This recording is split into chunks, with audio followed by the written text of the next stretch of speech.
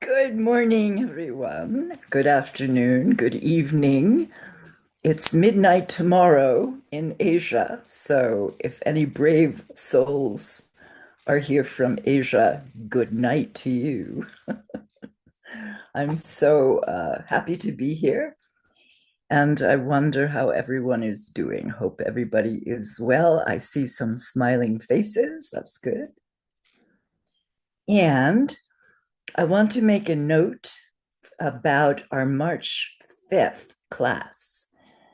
It's scheduled to take place during the Bridge to the Diamond Way 5 retreat at Diamond Mountain.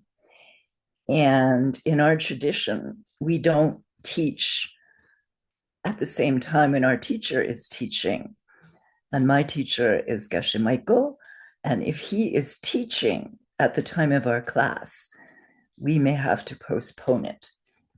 I don't have the schedule yet, but when I get it, I will update you. So just make a note that we may or may not be meeting on March 5th. Okay, I don't want to have anyone choosing between coming to Sanskrit class and going to hear Geshe Michael teach. Okay, so I have a confession to make. Can you put the first slide after the title slide up, please?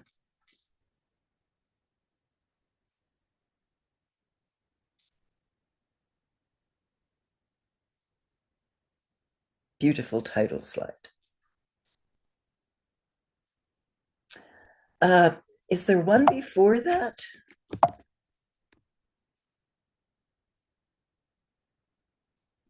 Or one after that? Nope. I guess I left this one out. Let me see if I can send it to you, Amirta, and if you can just put it up, and then maybe we can talk about it later. Hang on just a minute. Okay. Sometimes when I'm editing, I edit too much.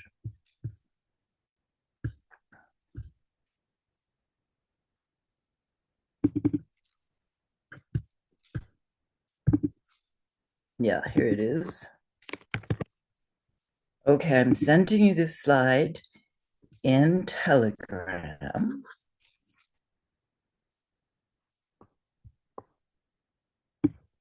Oops, maybe I am and maybe I'm not.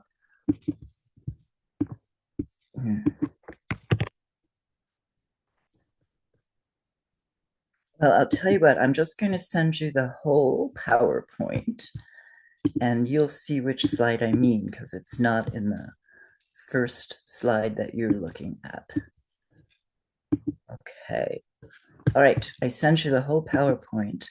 And when you see that slide, let me know, Amirta, and we'll talk about it then. But meantime, let's go to the one that is first that you showed us.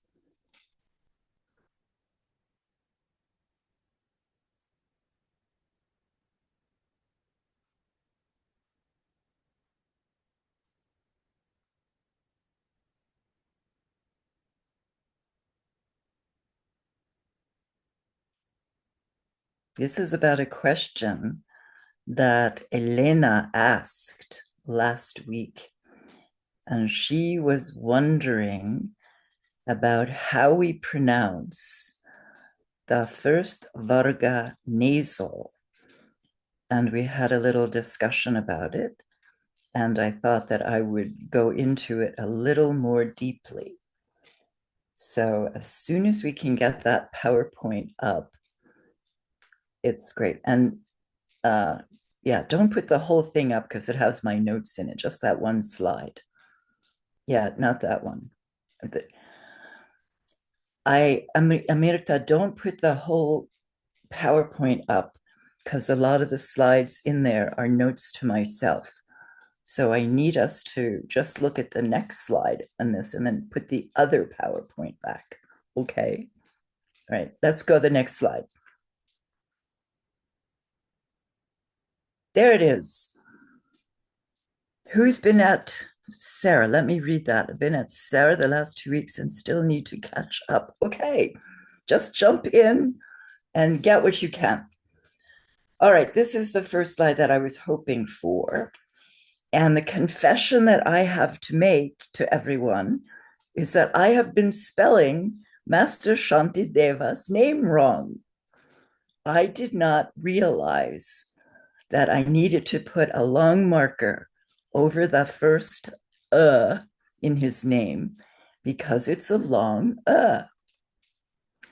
So the good way to pronounce his name is Shantideva. Shantideva. How many long vowels in that name now that it's spelled correctly? Who knows? Two. Very good. And what is that first letter? Which varga and which column? Well, it doesn't really have a column. Which varga? Second. Yes. And if you don't remember the ayast symbol for that shra, you can look at the Devanagari, because the Devanagari never lies unless someone made a mistake originally when creating it. So yes, and the third line there with the name is the everyday pronunciation. That is not ayast, and it's certainly not Devanagari, but that's the way we are invited to write words in Sanskrit for people who don't want to be bothered with diacritical marks. But as you notice, that third line is fairly useless to a Sanskrit scholar or student because you really can't tell if anything's long or short, except for the four gimmies, and you really can't tell what kind of shra that is and how to pronounce it from that line. So I don't even use those. But if you're writing for someone who isn't a student of Sanskrit, you might want to use that everyday writing style, which takes out all the diacriticals. So here's an opportunity to cover some of the things we've been learning. The root of Shantideva is Shram. And this is a Sanskrit root that means quiet, the absence of passion, indifference to objects, equanimity, not being grasping to the newest iPhone or that piece of chocolate cake for dessert, or not being averse to somebody you don't like, just having equanimity. So that's Sham. Now, in his name, the Sham root is connected to the T, and that is a feminine ending. So Shamte is a feminine noun, and we don't know feminine nouns yet, ending in short e, and it is a word meaning quiet, the absence of passion, calmness. So we can go into this a little further because we now know the Sanskrit root for his name, Shram. And the way a root and a verb are written in dictionaries and grammars in Sanskrit gives you a lot of information. So the Shram in a listing in a grammar book would be written as I have it in the small print there at the bottom of the slide. Shram, shramyati. We've only gone over verbs very slightly in Organic Sanskrit 2 last year, but this is the third person singular present tense of a verb. So in a grammar or a dictionary, you'll see the root and one of the verb forms. And the reason this is helpful is it tells you how all the other verb forms will be written. The stem that you're going to put verb endings on for this particular root is sh, m, ya, and it'll be ati, ami, etc. for the different endings, which we haven't studied well yet. But it's very helpful information. Some cognates for this Sanskrit root, shum, are shy, the English cognates. And when you say to a small child who is making noise, shush or shh, that is actually from the Sanskrit, shum, be quiet. And we have looked in our tradition frequently at the Indo-European roots for words as well.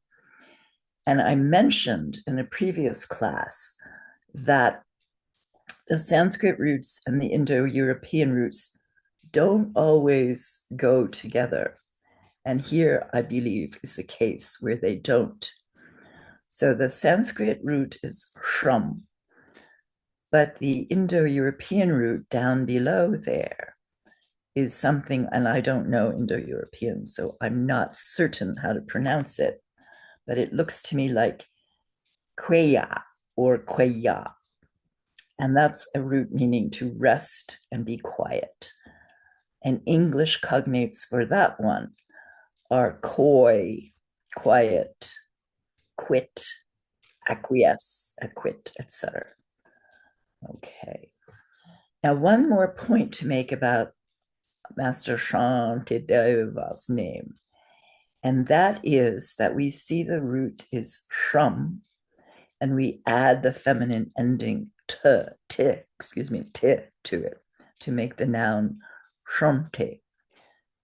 What happened in the spelling between shanti and what you see in his name? Do you notice any change? The M changes in N? Yes. It's not Shamtideva, is it?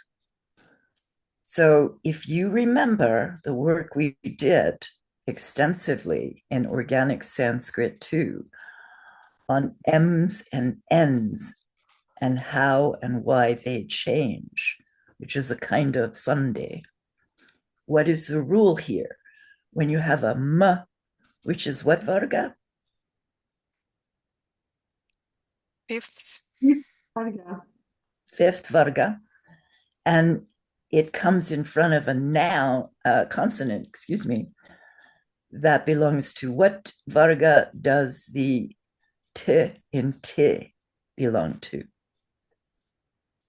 Fourth Varga. Yes, fourth Varga. So you have a fifth Varga nasal and a fourth Varga letter. What happens? It changes in N. Yes, it changes to the nasal of the letter that follows it, the Varga of the letter that follows it. So since T is fourth Varga, we need to have a fourth Varga nasal instead of a fifth Varga nasal. So what is the fourth Varga nasal?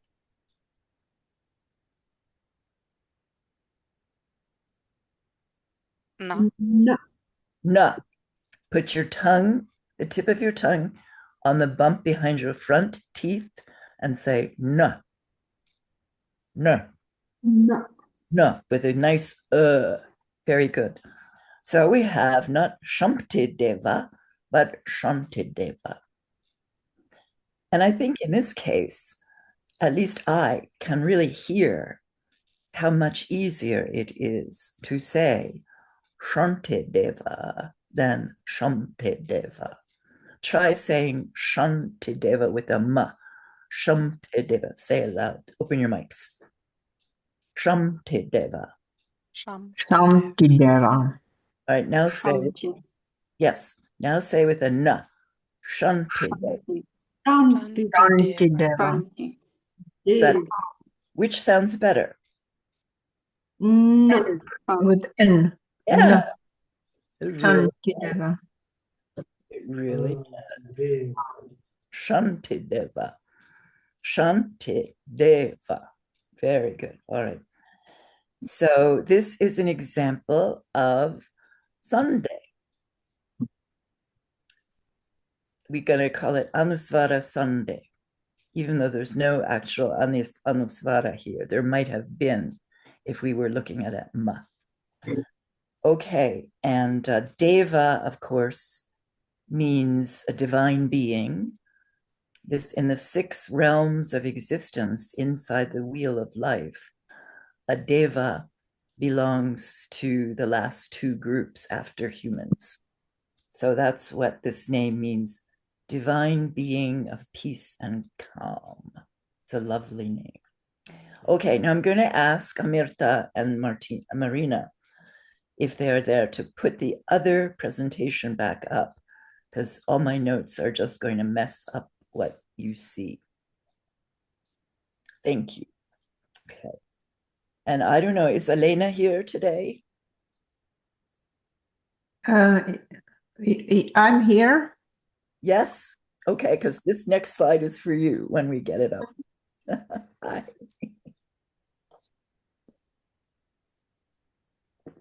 You had asked last week exactly how we should pronounce the 4th Varga nasal. And we had a discussion about it. And I thought about it a little more. And I think it's a very good question because it can teach us something about pronunciation in general. Yes, that's great. So when we get ready, we will look at the 3rd slide, this being the first, the second being Shantideva, and the 3rd being the one I want to discuss with Elena and all of the rest of you.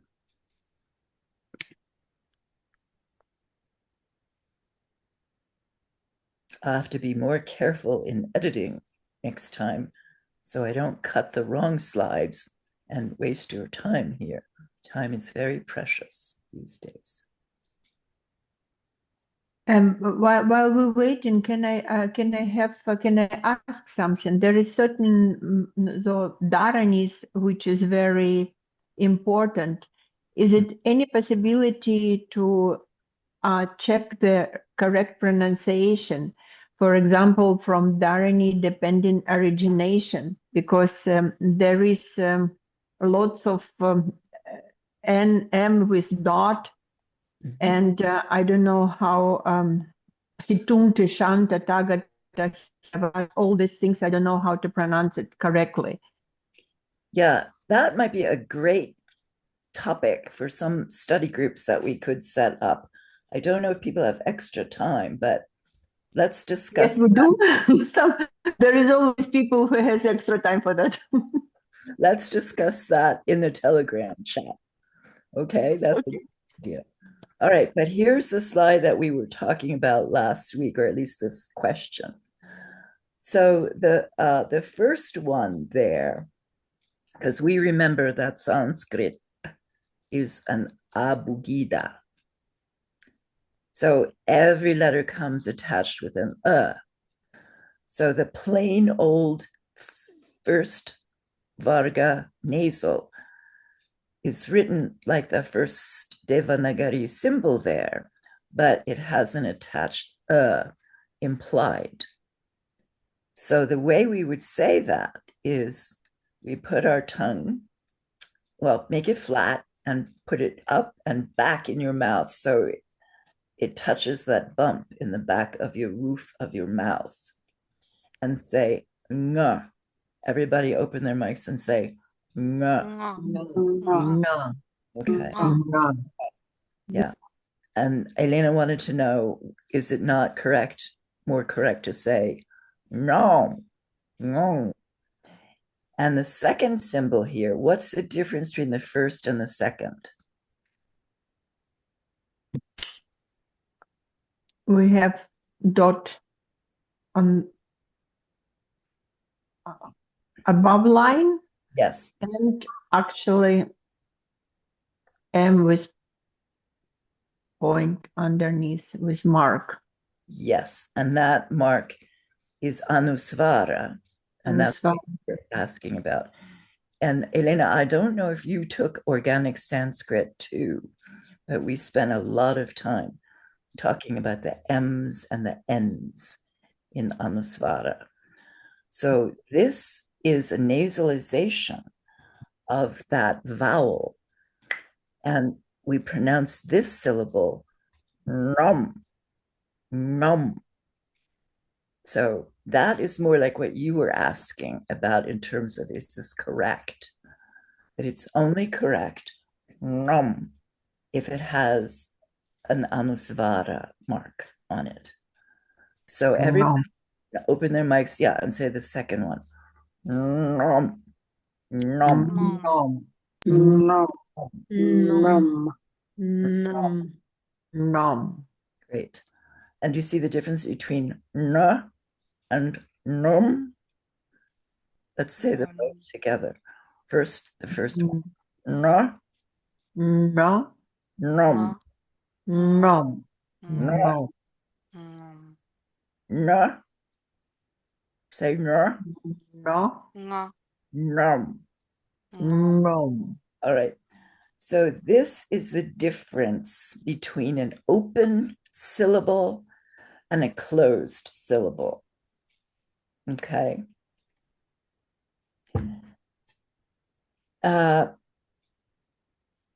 An open syllable is one that does not end with a consonant. A closed syllable ends with a consonant and it has an effect on the vowel. So if we imagine the word, I did not write it down here, yoga, are those syllables open or closed? Open. Open. Right, both open, because yo ends with a vowel and g ends with a vowel. Now, if we say the word chakra, are the syllables open or closed? Open. One is closed, one is open. One is Chakra. closed. Yeah, chakra. First one is closed, so we get a chak. Second one is open, so we get more of an open sound. Ra. Ra, chakra. Chakra. Okay. So that's the distinction between na and no. Someone asked in the chat, what am I saying? How am I saying it? It is the palatal na. Na. I'm sorry, it's the cerebral na. Na. I said that wrong, didn't I? Cerebral na is the guttural sound. So it's much more guttural than the palatal. So let's start all over again. I'm not having a very good morning. Na, all the way back. Na. No. No. Na. No.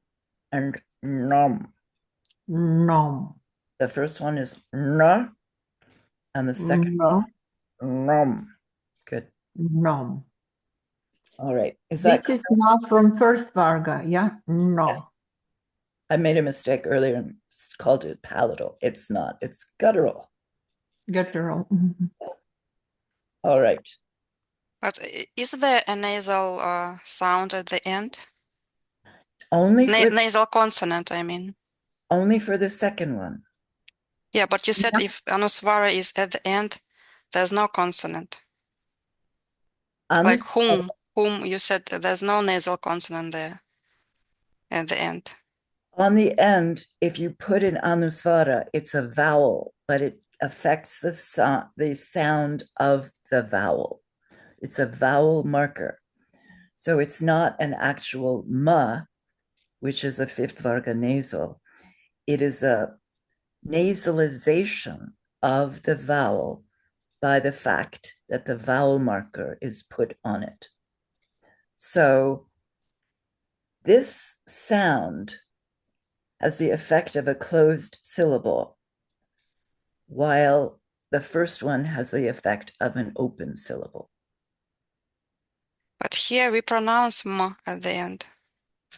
Here we are pronouncing it, nam. And part of the reason that we're struggling, because this is not a real word, if it were a real word, it would have other letters on it. Like, I can't think of a word immediately that uses a first varga nasal, but if there were one, let's make one up, annama, annama, right? There would be a letter after the ma, so it would have more of an effect. This is something of an artificial example that I'm using to help us hear the difference between an open syllable, the way we pronounce the letters in the alphabet and when we recite them, and a closed syllable. Okay, let's move on. Let's see what we have next. All right, here they are with open syllables. So we're going to recite these and remember what categories and what characteristics they have. Okay, so everybody open your mics and let's recite. First varga is guttural, so put that tongue way in the back of your throat. Ka, Ka, ka, Ka, ka, ka, ka. ga, ka, no. That's nga. nah, open. Second, it's palatal, so the tongue is flat, pulled back against the bump in the back of the roof of your mouth. Kra, kra. With Cha. me. Good. Ka, Cha, ka, Ja, ja, ja, cha, ka, na. nga. nga, Third, nga. here is the cerebral position. So the tip of your tongue goes straight up into your brain, and we say ka, ka, Cha, Ga, cha, ga, da, nga, da, nga. and the fourth varga is dental. So it's the tip of your tongue is on the bump behind your front teeth, and it's ta, ta, ta, Ta, ta, da, da, da, no.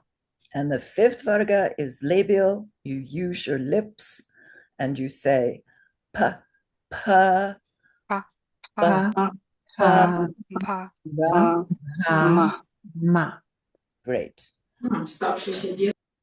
I'm sorry? Question? No. All right. And also remember that the three sibilants are considered hard letters, but the h and the other extra consonants, the semivowels, are soft. Okay. Next slide. We had a little trouble with this last time. This is my acronym for the different cases. And I like to pronounce this NIDAGL. So what does it stand for? Does anyone remember? cases. The different cases. Let's go to the next slide. Nominative, accusative. Wait. That's somebody's remembering. Okay, nominative, accusative, Instrumental, instrumental, dative, dative, ablative, ablative, genitive, and locative. and locative. Exactly. How many cases are in this acronym? What number of letters is it? Count the letters. Seven. Seven. And is that the right number of cases? No, there's one more. One more to the usual. Yeah, which one is missing? Vocative. Vocative. Case. And that would typically come at the bottom. And I left it out because it screws up my acronym. It makes my acronym less rememberable. And also the vocative case is less frequent. So not good reasons to leave it off, but I did, and it will help us remember. Let's go to the next slide. Here are the actual names. And I like Nai Dagel because I can remember it by remembering bagels, which is a lovely kind of bread roll with a hole in the middle that there's a lot of in New York and London, apparently. Bagel, almost like bagel. Yeah.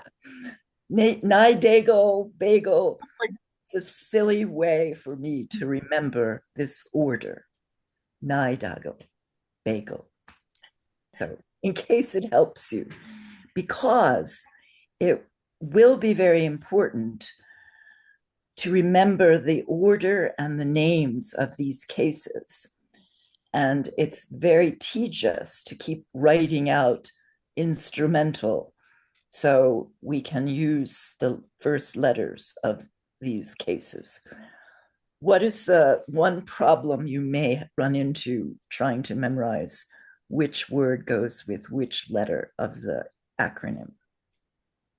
There's a duplication there. The A. Yeah.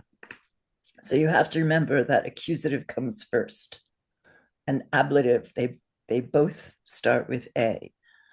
Ablative comes farther down the list. When we memorize the declension of yoga very well, it will be a little easier to remember where the ablative case comes, because in many of the declensions, the dative and the ablative are the same form. So you can remember that they're closely associated.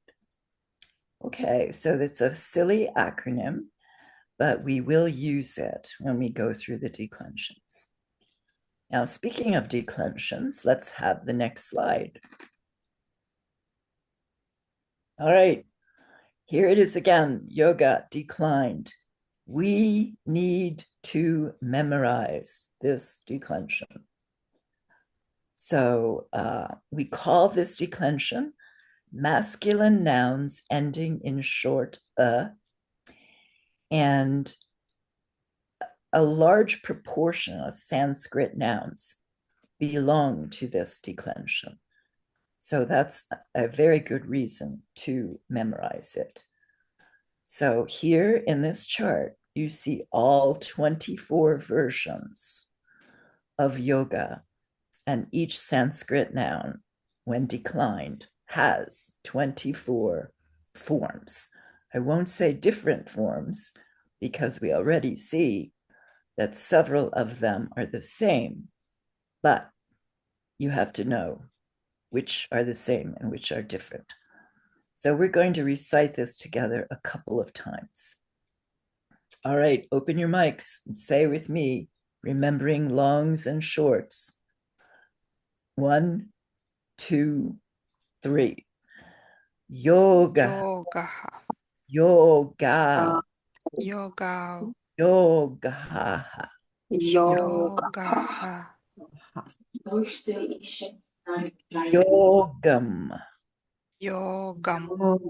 yogao, Yoga. yogan, Yoga. Yoga. yogena, Yogena. Yogi. yogabhyam, Yogabhyam. Yogam. yogahi, Yogaihi. yogaya, Yogaya. Yogaya. yogabhyam, Yogabhyam. yogebhyaha, Yogebhyaha. yogat, Yogat. yogabhyam, Yogabhyam. yogebhyaha, Yogebhyaha. yogasya, Yogasya. yogayoho, Yogayoho. yoganam, Yoganam. Yoge. Yoge. Yoga yoho. Yoga yoho. Yogeshu. Yogeshu. Yoga. Yoga. Yoga. Yogao. Yogao. Yogaha. Yogaha. Now we're going to say each case a little bit faster. So we'll do 3 at a time. Yoga, yogao, yogaha. Yogaha. Yogao. Yoga.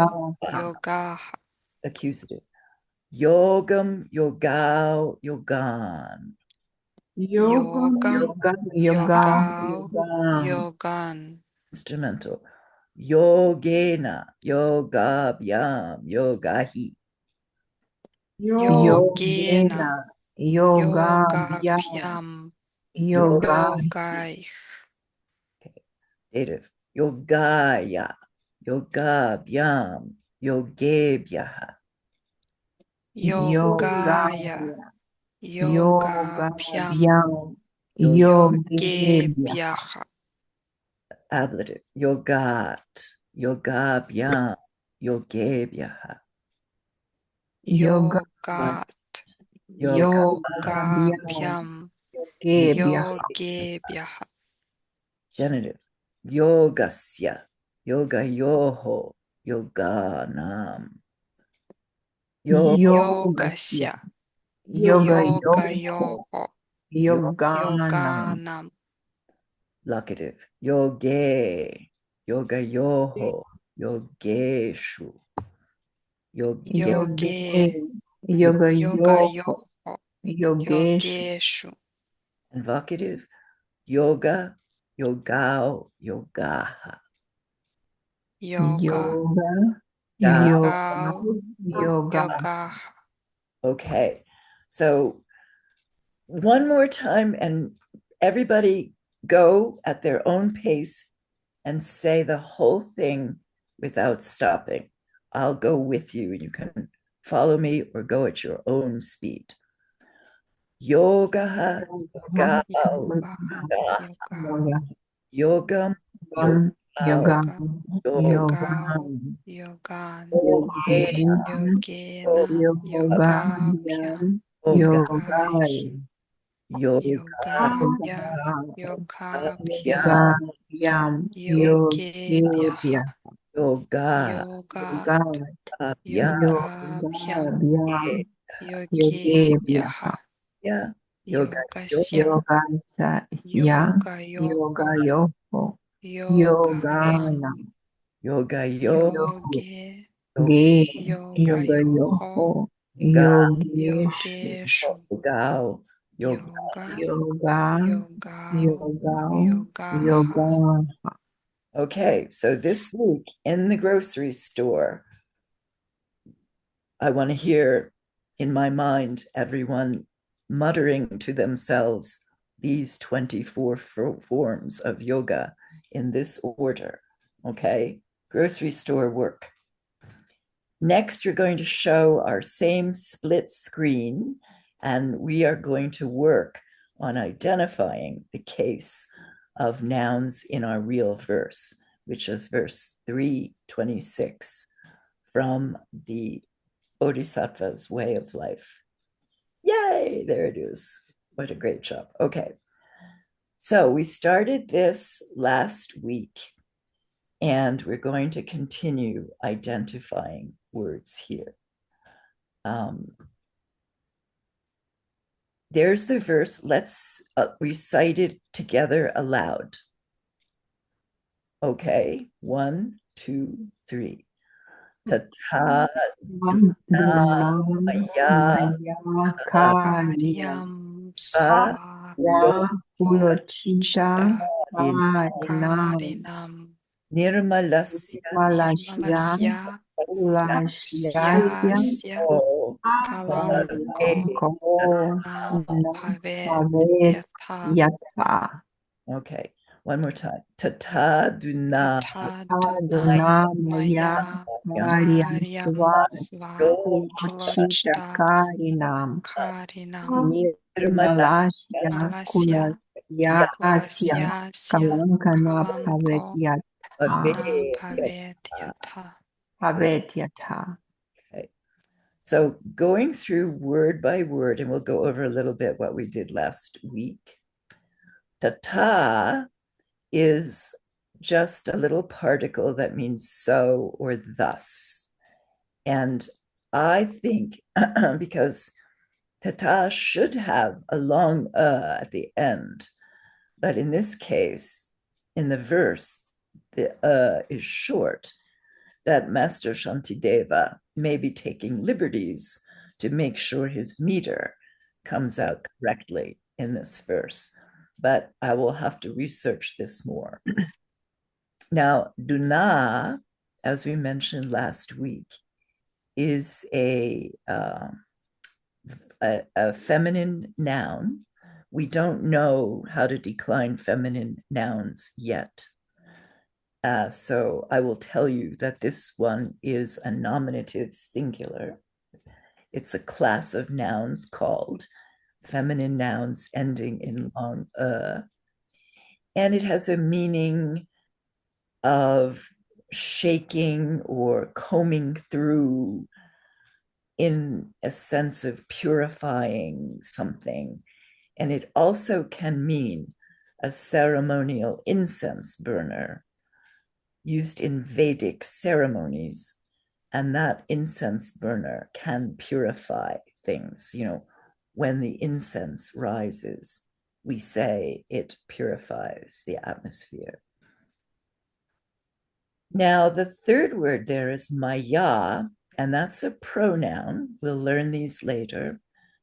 And it happens to be an instrumental singular of the pronoun for I, aham.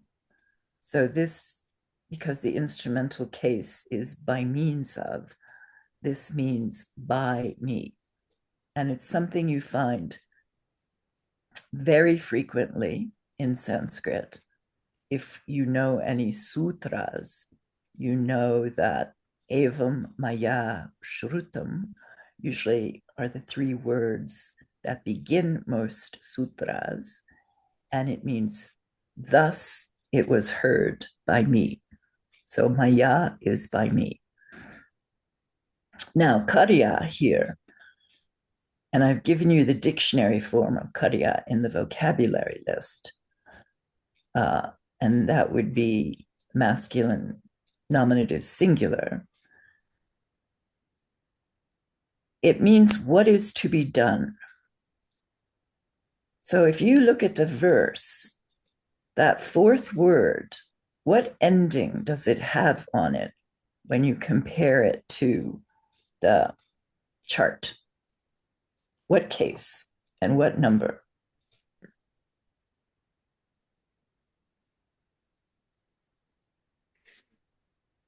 Maybe accusative. Singular. Accusative singular. There in the chart, you see it's yogam. And here in the verse, it's karyam. So the only ending that matches the declension chart is the accusative singular. And if you quickly look through all the rest, you see there is no other case it could be. It can't be a dative dual or an instrumental dual because it doesn't have a byam. It just has a and it's not a long right? So it has to be accusative singular. So we know that the subject of this sentence is duna because it's nominative singular, and the object will be karyam because it's accusative. Okay. Now, sva is a word that is a kind of pronominal adjective, and it means myself, my own, mine. It's not a possessive adjective. It has more of a nominal, a pronominal function, but it has to do with my own. And kulochita is another masculine word ending in short and so is the last word, karinam. And looking at the chart, what case and number is ka? Genitive plural. Genitive plural, yes. Genitive plural. That's what it looks like in this verse. Okay. Now, we don't have the vocabulary up on this slide for these next words yet, but what does nirmalasya look like to you? Genitive, singular. Genitive singular, yes. And what about kulasyasya? It was a double genitive. You remember we did this last. Yeah. This is a double genitive. And you know, in a way, my heart hurts because in organic Sanskrit, we are thrown into very fancy Sanskrit that you would not usually encounter in an early Sanskrit grammar class. But luckily, it's not a normal Sanskrit grammar class. So we have Master Shantideva making something very fancy here, and it's a genitive ending. Now, let me ask you, why can kulasyasya not be a normal genitive ending? What's wrong with it? Look at the genitive singular ending for yoga. The long a? Yeah. The genitive singular in the chart has a short a, yes? Mm-hmm. But in the verse, it's a long a. Also, we happen to know if we look at the vocabulary there, because it happens twice, that kula is a masculine noun that ends in So kulasya already has an ending on it, doesn't it? Mm. And what is that ending? What is kulasya if it didn't have that second asya on it?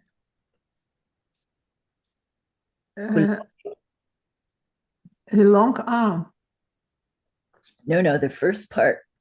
Take off long make that a short and what is the word kulasya? Which you don't see it, I'm just saying it. Kulasya. All short. Kulasya. What? Genitive singular. That would be the genitive singular.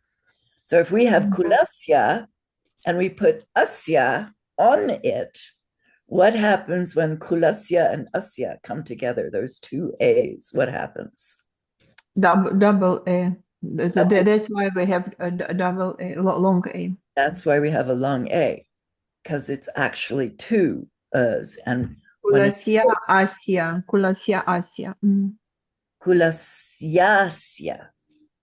Kulasyasya. And you're right, it is made of kulasya and asya. But you can't say in Sanskrit kulasyas. Yes, you can't say it twice. You have to put it together. So that is that word. May we have the next slide? Let's see how my highlighting came out. And actually in Devanagari that of this verse that you gave us, Tata has long R. It does. Yes. In the Devanagari. Yes. All right, I'll have to look at that again. Next one.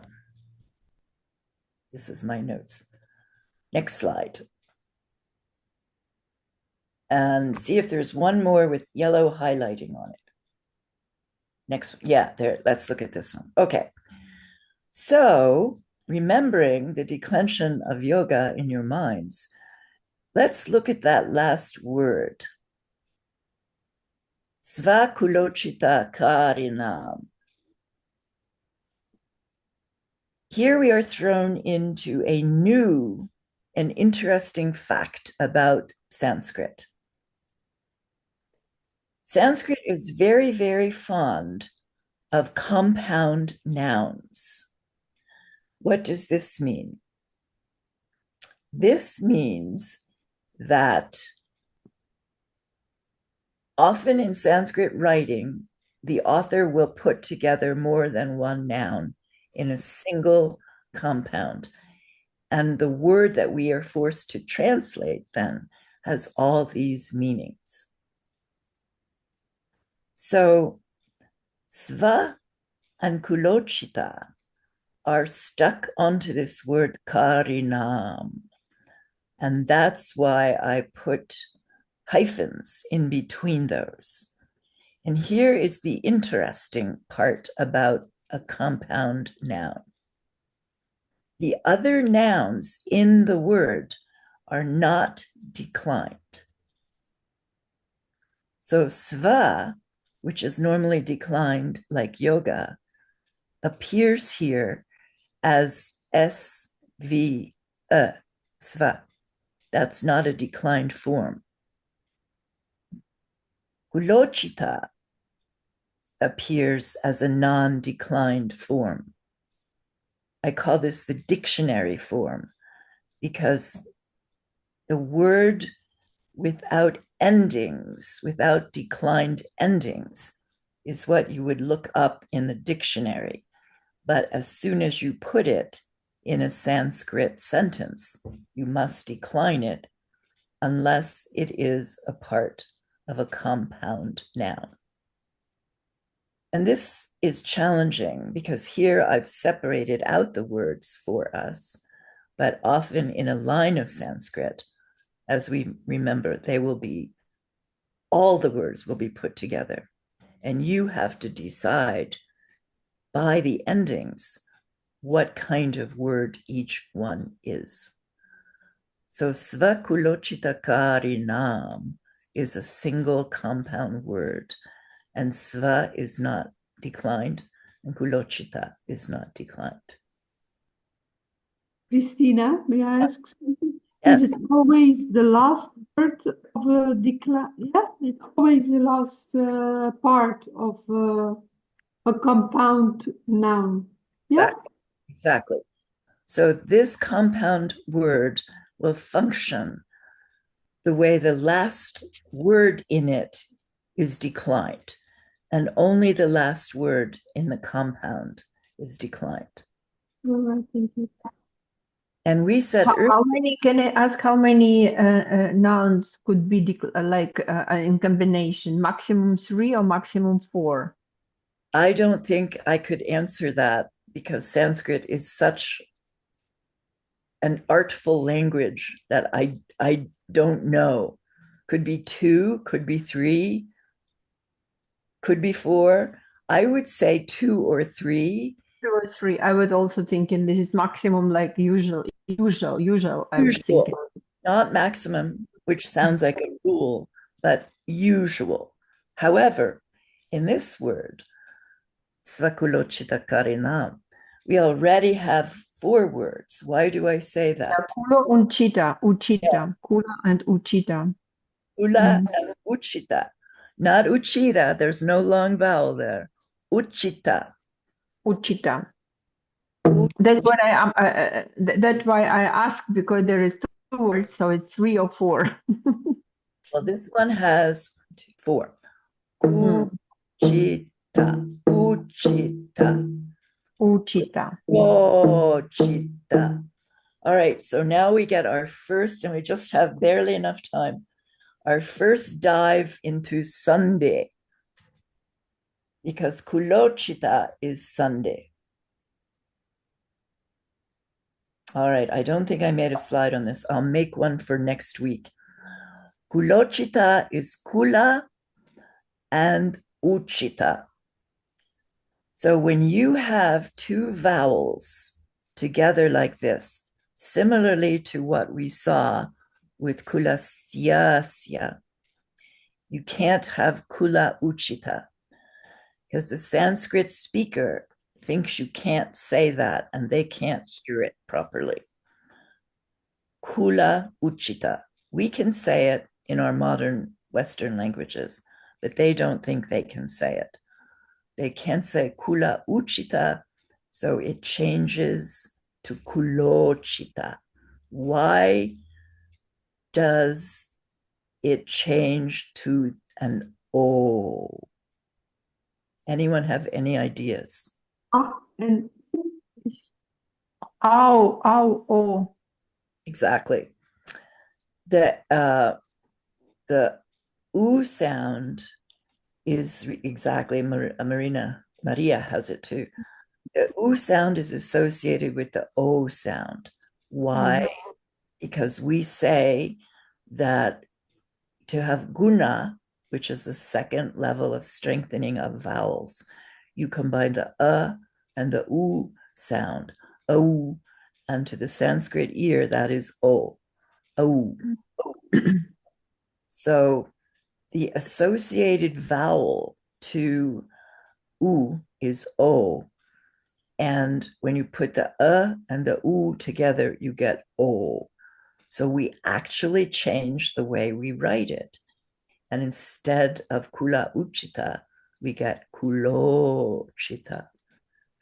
If that had been a word, let's say it was kula idam, what would it have changed to? The and the I, what would it have changed to? Kule. So and idam would become kuledam. Because the is and the I become a. So you see the value of studying how the vowels are made, because otherwise you wouldn't know why there was an O there. But what we are seeing is the non-declined form of kula with no noun ending combined with the word uchita. And this is another example of sandhi. And this is vowel sandhi. Okay. Great. Now, we want to look at that last word, which in the previous slide we decided was a genitive plural because it ends in long Karinam. However, karina, if you look at the last word in the vocabulary list, what gender did I assign to it? What does that F stand for? Feminine. Yes. Karina is a feminine noun ending in long So this is actually the form in the vocabulary is nominative singular, but this is declined, and a long m is a genitive singular for this kind of noun. We haven't learned it yet, but it's accusative singular. I'm sorry. Plural, genitive plural. No, it's not genitive. It's not genitive at all. I'm sorry. It's accusative. I misspoke. It's a feminine noun, and the long m and a feminine noun of this class is accusative singular. So it actually matches karyam, which we saw earlier, in case they're both accusative singulars. One is masculine and one is feminine. And just very briefly, let's see what the next slide I put up is. I'm looking for the one with kar, not that one. Nope, is there one with, yeah. So karya and karina are both words, nouns, that are created from this root kar. We've seen this slide before. Kar is one of the most basic roots in Sanskrit. And it is the root of both karya, which is a masculine noun, and karina, right? It means to make or do. The Indo-European version of the root is quer. Cognates are create, cherish, cereal in English, and lots of Sanskrit cognates. Karma, karuna. The word Sanskrit has the kar in it. The verb convention that we saw earlier is root kar, and the third person singular present tense of the verb is karoti, karoti. So that's how you'll be declining, conjugating verbs when we get to that. So notice also, and then we'll end because we're almost over time, how the R's are switching back and forth between vowels and consonants. So kar has a vowel R, but karya has a consonant R. There's no dot under that, right? So we know in the IAST that that is an actual consonant. And karina is the same as a consonant. In Sanskrit, that is actually a vowel, Sanskrit, we're supposed to say, but we don't. So this is just a wonderful root to memorize. And almost any time you see a ka and a ra or an er in any word near each other, it's going to be from the root kar. So that will help you guess at the meaning of many words. All right, we've gone a few minutes over. I want to thank you for taking this deep dive into Sanskrit today. This is not easy stuff, but we are learning slowly and we are learning very fancy Sanskrit. So congratulations, and please rejoice tonight when you go to sleep that you are doing this, and thank you for spreading Sanskrit in the world. We'll see you next week. And we'll talk Thank you so much. Thank you so much. Thank you very much. great stuff. See you next time.